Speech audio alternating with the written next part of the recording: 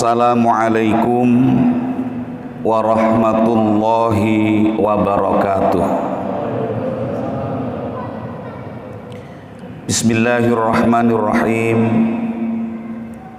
Alhamdulillahi rabbil alamin. Wassalatu wassalamu ala sayyidina Muhammadin wa ala alihi wa ashabihi ajma'in. Amma ba'du. Hadirin jamaah sholat subuh yang dimuliakan Allah. Bersyukur kita kepada Allah atas segala nikmat yang Allah limpahkan kepada kita semua, sehingga pada pagi hari ini kita dipilih dan terpilih dari Allah Subhanahu wa Ta'ala untuk mampu datang di tempat yang mubarakah ini untuk melaksanakan bagian daripada pengabdian kita kepada Allah, yaitu ibadah sholat berjamaah subuh, yang tentu pahalanya sangat besar, dan karena itu tidak setiap orang bisa melakukannya. Itu sebuah kenikmatan yang sangat luar biasa. Karena itu mari kita ucapkan hamdalah bersama-sama. Alhamdulillahi rabbil alamin. Para jamaah yang berbahagia, puasa itu hakikatnya adalah menahan diri. Menahan diri dari makan, minum, dan hal-hal yang membatalkan puasa, mulai dari terbit fajar hingga tenggelam matahari. Di saat itu bisa kita lakukan, insya Allah tujuan puasa itu akan bisa kita capai. Tetapi manakala itu tidak bisa kita lakukan, tujuan puasa itu tidak mungkin bisa kita capai.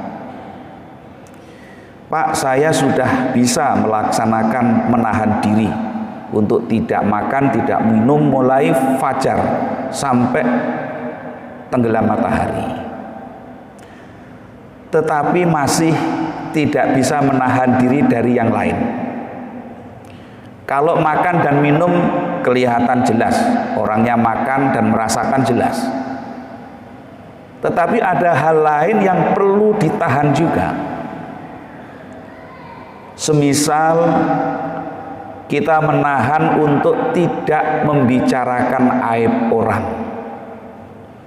Ini menahan ini. Kalau ini kita lakukan, maka puasa kita itu menjadi puasa yang tidak ada gunanya.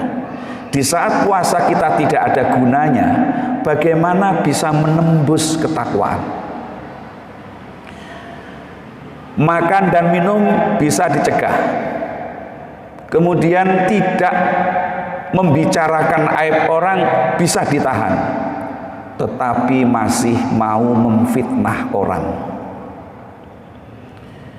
Di saat itu terjadi, maka puasa itu akan menjadi rusak, karena pahala puasa tidak akan diterimakan oleh Allah.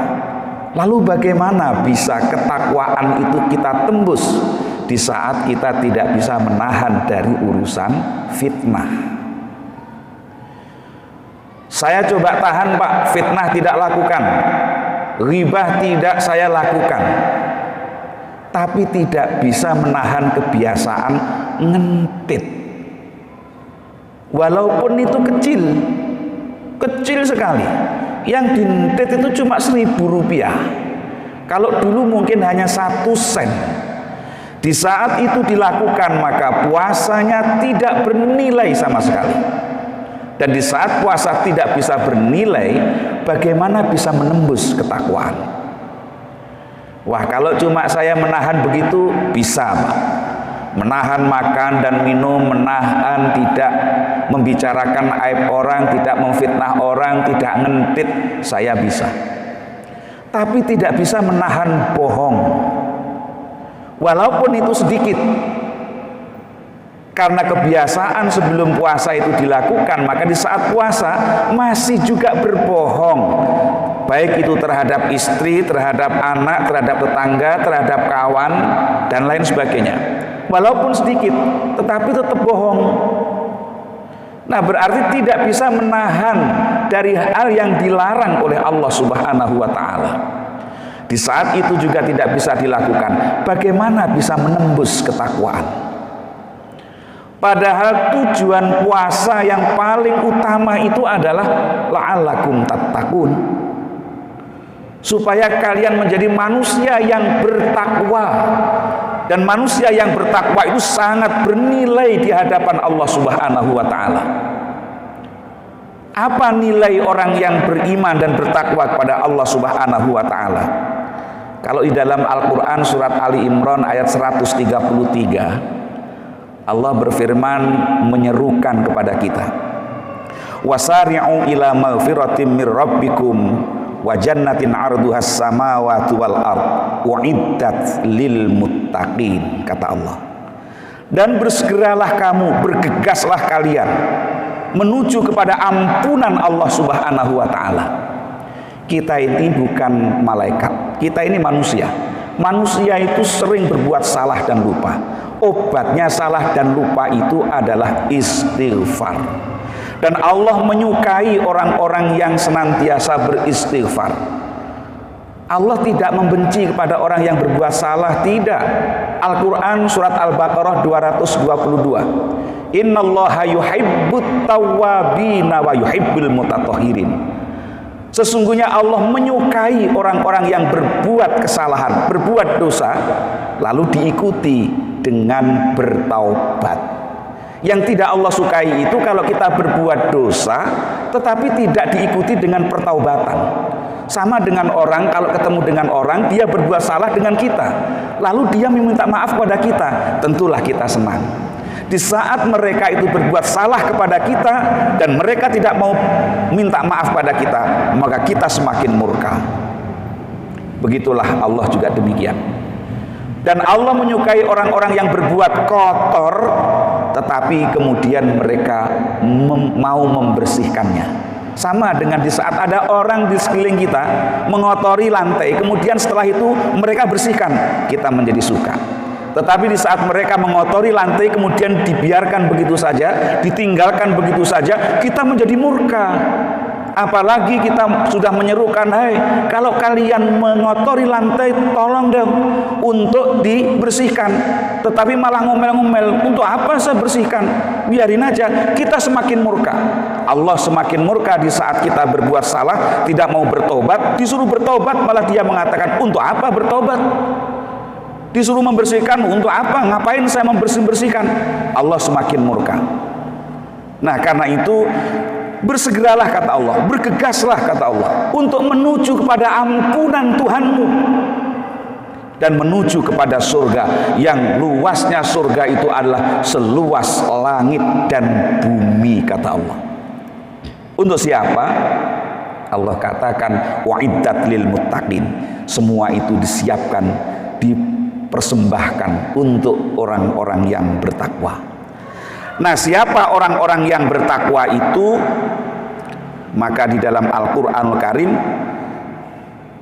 surat selanjutnya atau ayat selanjutnya, alladzina yunfiquna fis-sarra'i wad-dharra, yaitu orang-orang yang mereka itu mau berinfak di saat lapang dan di saat sempit.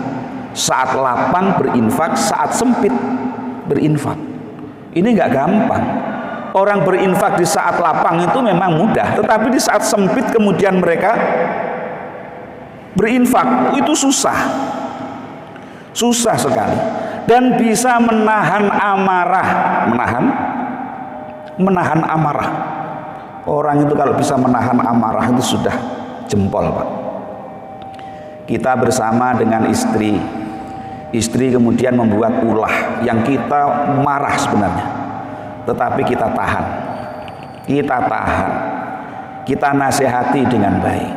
Wahai istriku, kalau sampean keluar sampean pakai busana muslimah supaya tidak menimbulkan fitnah. Jangan seperti itu melanggar syariat. Nah, kita nasihati. Nah, kemudian dia tidak melakukannya, kita nasihati lagi. Terus kita menahan amarah, tapi nasihat tetap. Bukan menahan amarah tetapi nasihat tidak dilakukan, tetap nasihat dilakukan. Karena ini sebagai ikhtiar. Nuwun sewu, orang itu kalau mau ikhtiar berarti ada harapan. Tapi kalau tidak mau ikhtiar tidak ada harapan. Karena itu Allah di dalam Al-Qur'an mengatakan innallaha la yughayyiru ma biqaumin hatta yughayyiru ma bi anfusihim. Dalam urusan nasib Allah mengatakan sesungguhnya Allah akan merubah nasib suatu kaum selama kaum itu sendiri mau merubahnya. Di saat kita ingin berubah dari perbuatan yang tidak baik menuju kepada yang baik, tetapi kita tidak mau berikhtiar, tidak akan bisa. Kalau kita ingin panen harus menanam, kita ingin makan harus berikhtiar, kita ingin masjid ini bagus harus kita rombak, kita ingin masjid ini bersih harus kita bersihkan. Itu namanya ikhtiar. Di saat kita ikhtiar maka ada yang namanya harapan. Di saat kita tidak ada ikhtiar maka tidak akan ada harapan. Jadi kembali kepada persoalan puasa itu menahan, dan kita dilatih di dalam bulan suci Ramadan untuk menahan dari makan, minum dan hal-hal yang membatalkan puasa. Maka di saat kita keluar dari bulan suci Ramadan harus bisa menahan dari hal-hal yang dilarang oleh Allah Subhanahu wa taala. Jangan sampai hal-hal yang dilarang oleh Allah kemudian kita tidak bisa tahan. Di saat kita tidak bisa menahan, maka kita berarti tidak bisa melaksanakan puasa atau tidak bisa kita melanjutkan puasa di bulan suci Ramadan untuk menahan dari berbohong, menahan dari fitnah, menahan dari ghibah, menahan dari ngentit, menahan dari kalau pejabat mungkin korupsi, menahan dari amarah dan lain sebagainya. Di saat kita bisa menahan itu, berarti puasa kita adalah puasa yang ada maknanya, ada hikmahnya, ada kelanjutannya, ada mengambil pelajaran dari situ. Karena dengan puasa di bulan suci Ramadan terus kita teruskan di luar bulan suci Ramadan, tidak hanya dengan menahan makan dan minum dan hal-hal yang membatalkan puasa, tetapi menahan dari segala apa yang telah dilarang oleh Allah, dan kemudian mau bertahan tetap melaksanakan apa yang diperintahkan oleh Allah. Mudah-mudahan apa yang saya sampaikan ada guna dan manfaatnya untuk kita semuanya. Al-Fatihah.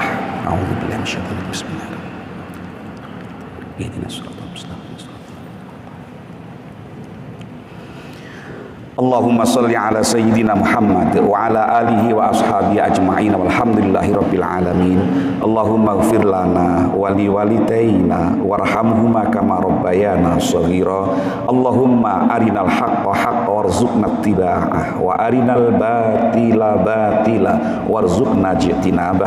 Allahumma tawwil umurana wa sahih ajsadana wa ilal khairi aqribna wa minasyarri ab'idna. Allahumma rabbana hab lana min azwajina wa dhurriyyatina qurrata a'yun waj'alna lil muttaqina imama. Rabbana atina fid dunya hasanah wa fil akhirati hasanah wa qina azabannar. Subhana rabbika rabbil izzati amma yasifun wa salamun alal mursalin walhamdulillahi rabbil alamin. Kurang lebihnya mohon maaf. Billahi taufik wal hidayah. Wassalamualaikum warahmatullahi wabarakatuh.